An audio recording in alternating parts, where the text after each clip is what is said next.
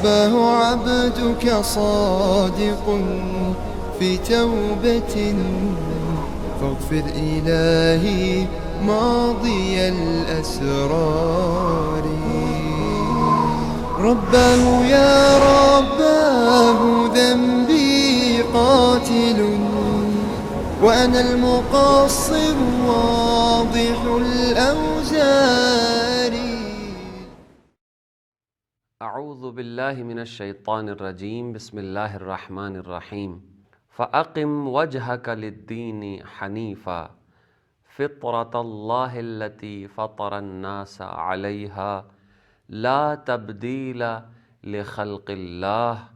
ذلك الدین القیم ولكن اکثر الناس لا يعلمون۔ محترم ناظرین، السلام علیکم ورحمۃ اللہ وبرکاتہ۔ ناظرین، جس آیت کی تلاوت کا شرف آپ کی خدمت میں حاصل ہوا، اس آیت میں پروردگار عالم نہایت ہی اہم ترین اور بنیادی موضوع کی طرف اشارہ فرما رہا ہے کہ جس میں پروردگار فرماتا ہے فَأَقِمْ وَجْهَكَ لِلدِّينِ حَنِيفًا، کہ اپنے چہرے کو موڑ لو اس چیز کی طرف، اس دین کی طرف جو دین حنیف ہے، جو سیدھا راستہ دکھانے والا دین ہے۔ اور اس کے بعد فرماتا ہے فطرۃ اللہ التی فطر الناس علیہا، وہ فطرت اللہ نے جس فطرت کو بنایا ہے اور جس فطرت کے اوپر انسان باقی ہے اور انسان کی فطرت اس چیز پر قائم ہے، انسان کو چاہیے کہ وہ اس کی پیروی کرے، اس لیے کہ لا تبدیل لخلق اللہ، اللہ کی جو سنت ہے، اللہ کی جو خلقت میں اور اللہ کی تخلیق میں جو سنت پروردگار عالم نے رکھی ہے، اس میں کوئی تبدیلی واقع ہونے والی نہیں ہے۔ اللہ کی سنت دائمی ہے اور اس میں کوئی تبدیلی واقع نہیں ہو سکتی۔ ذالک الدین القیم، اور یہی دین دین قیم ہے، ولیکن اکثر الناس لا یعلمون، لیکن اکثر لوگ اس چیز سے واقف نہیں ہیں اور اس فطرت سے کہ جو فطرت پروردگار عالم نے انسان کے اندر رکھی ہے، اس فطرت سے یہ لوگ غافل ہیں اور اسے نہیں جانتے۔ عزیزان گرامی، قرآن کی اس آیت کے اس مختصر سے اور مفہومی ترجمے کے بعد آپ کی خدمت میں ہم نہایت ہی اہم موضوع کے حوالے سے گفتگو کرنا چاہتے ہیں، اور وہ موضوع ہے خدا شناسی، کہ انسان جس کو پروردگار عالم نے خلق کیا ہے، اور پروردگار عالم اللہ تبارک و تعالی انسان کا خالق ہے، اس کا مالک ہے، اس کا رازق ہے، لیکن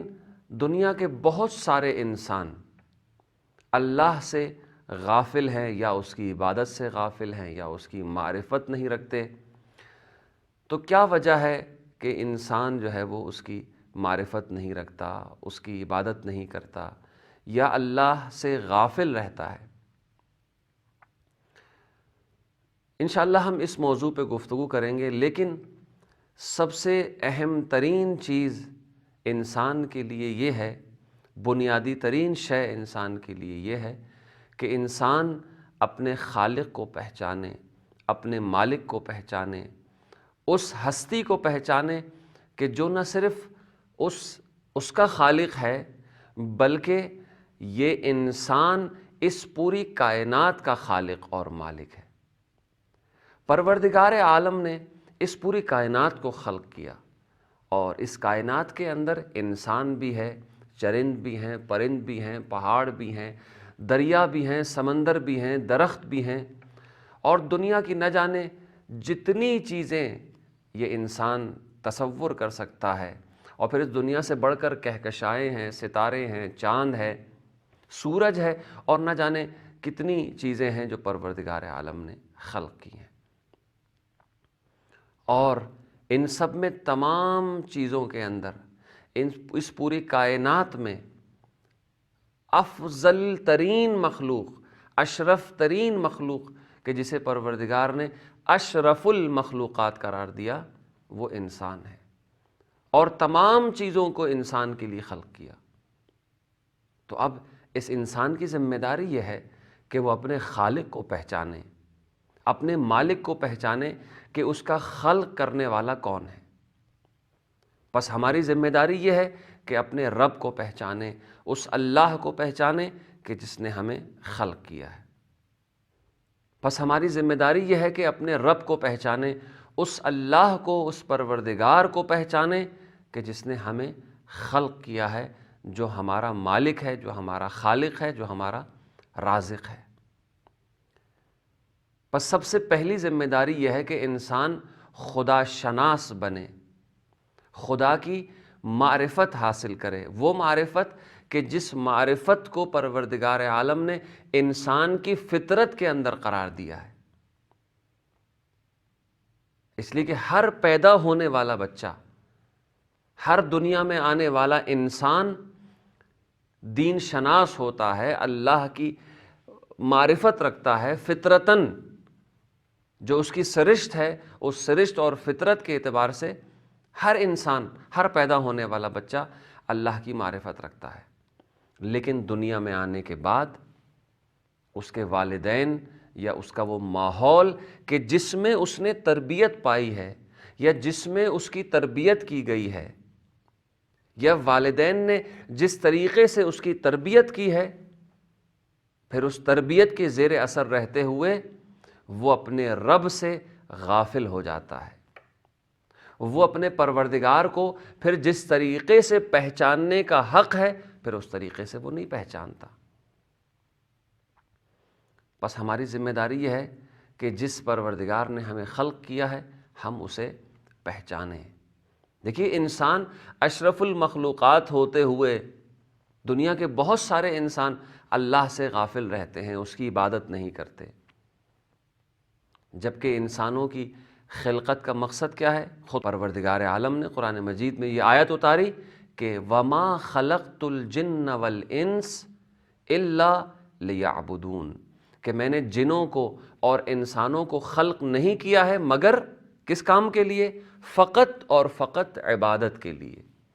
یعنی ان کی خلقت کا جو مقصد ہے، جو غرض خلقت ہے، وہ عبادت ہے۔ لیکن اگر ہم مفسرین کی طرف جائیں اور مفسرین سے پوچھیں کہ یہاں لیعبدون یعنی عبادت سے کیا مراد ہے اس آیت کے اندر، تو مفسرین کہتے ہیں یعنی لیعرفون، وما خلقت الجن والانس الا لیعبدون سے مراد لیعرفون ہے، کہ پروردگار یہاں پہ گویا یوں کہنا چاہ رہا ہے کہ میں نے جنوں کو اور انسانوں کو خلق نہیں کیا ہے، لیکن اگر خلق کیا ہے تو ان کی خلقت کا غرض اور مقصد صرف اور صرف ایک ہے، اور وہ کیا ہے؟ وہ ہے کہ وہ میری معرفت حاصل کریں۔ بس یہاں عبادت سے مراد اللہ کی معرفت ہے، یعنی خدا شناسی، کہ انسان خدا کو پہچانے۔ وہ خدا شناسی اور وہ معرفت خدا کہ جو انسان کی سرشت میں ہے، جو انسان کی فطرت میں ہے، اس کو کہ جو مختلف تربیت، غلط تربیتوں کے زیر اثر آنے کے بعد اس فطرت میں دھبا لگ جاتا ہے، وہ فطرت خراب ہو جاتی ہے۔ انسان کوشش یہ کرے کہ اس فطرت کو دوبارہ سے واپس لانے کی کوشش کرے، وہ فطرت جو خدا شناس فطرت ہے۔ دیکھیے، انسان اللہ کی اشرف المخلوقات ہے، اور جتنی بھی مخلوقات ہیں اس کائنات کے اندر، وہ انسان کی طرح کرامت نہیں رکھتی، وہ انسان کی طرح شرافت نہیں رکھتی، اس لیے کہ صرف انسان ہی ہے کہ جس کے بارے میں پروردگار عالم نے قرآن کے اندر سورہ مؤمنون کے اندر ارشاد فرمایا کہ فَتَبَارَكَ اللَّهُ أَحْسَنُ الْخَالِقِينَ، یعنی وہ یہ صرف انسان ہے کہ جس کی خلقت کے بعد جس کی خلقت کے مختلف مراحل کو پروردگار عالم نے جب بیان کیا تو آخر میں یہ فرمایا فَتَبَارَكَ اللَّهُ أَحْسَنُ الْخَالِقِينَ، کہ بابرکت ہے وہ ذات کہ جو خالقین میں سب سے احسن ہے. یعنی انسان کی خلقت کے بعد پروردگار فرما رہا ہے کہ بابرکت ہے وہ ذات کہ جو احسن الخالقین ہے، جو خلق کرنے والوں میں سب سے بہتر ہے. تو لہٰذا اس کائنات کے اندر انسان کی خلقت کے بعد پروردگار عالم ناز کرتا ہے اپنے آپ پہ، غرور کا اظہار کرتا ہے. کس کی خلقت کے اوپر؟ انسان کی خلقت کے اوپر.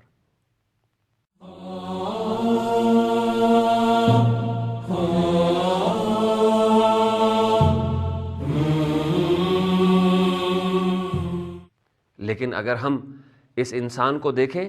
تو وہ انسان اللہ کی یاد سے غافل نظر آتا ہے، اللہ کی عبادت سے غافل نظر آتا ہے، اللہ کے ذکر سے غافل نظر آتا ہے. اور دوسری جو مخلوقات ہیں کہ جن کو اتنی مقبولیت حاصل نہیں ہے انسان کے مقابلے میں، جن کو اتنی شرافت حاصل نہیں ہے، جن کو اتنی کرامت حاصل نہیں ہے انسان کے مقابلے میں، وہ تمام کے تمام مخلوقات اللہ کی حمد کرتی ہیں، اللہ کی تسبیح کرتی ہیں. عزیزان گرامی، کائنات کی ہر شے اس زمین پہ رینگنے والا ایک معمولی کیڑا بھی، یہ جتنے بھی درخت ہیں، یہ جتنے بھی چرند پرند ہیں، یہ تمام کے تمام اللہ کی حمد کرتے ہیں، اللہ کی تسبیح پڑھتے ہیں. یہ میں نہیں کہہ رہا، بلکہ خود خداوند عالم قرآن مجید میں ارشاد فرماتا ہے. سورہ نحل کی آیت نمبر 49، اس میں پروردگار عالم ارشاد فرما رہا ہے. دیکھیے، انسان کو پروردگار نے اشرف المخلوقات بنا کے اس دنیا میں بھیجا، بلکہ نہ فقط اشرف المخلوقات بلکہ پروردگار عالم نے انسان کو اپنا خلیفہ بنا کے بھیجا زمین پر. لیکن یہ انسان دنیا میں آنے کے بعد دنیا کی چکا چوند میں گم ہو گیا اور اپنی جو غرض خلقت تھی اس سے غافل ہو گیا، اور دنیا کے اندر جو مادی چیزیں ہیں انسان اس میں کھو گیا. جبکہ دوسری جو مخلوقات ہیں نہ ان کو وہ کرامت حاصل ہے، نہ ان کو وہ شرافت حاصل ہے. اللہ کی زمین میں نہ وہ چیزیں اس کی طرف سے کچھ کر سکتی ہیں. جس طریقے سے انسان کو پروردگار نے خلیفۃ اللہ کہا، یہ خلیفۃ اللہ کا تمغہ اور یہ عہدہ اور یہ منصب دنیا کے کسی بھی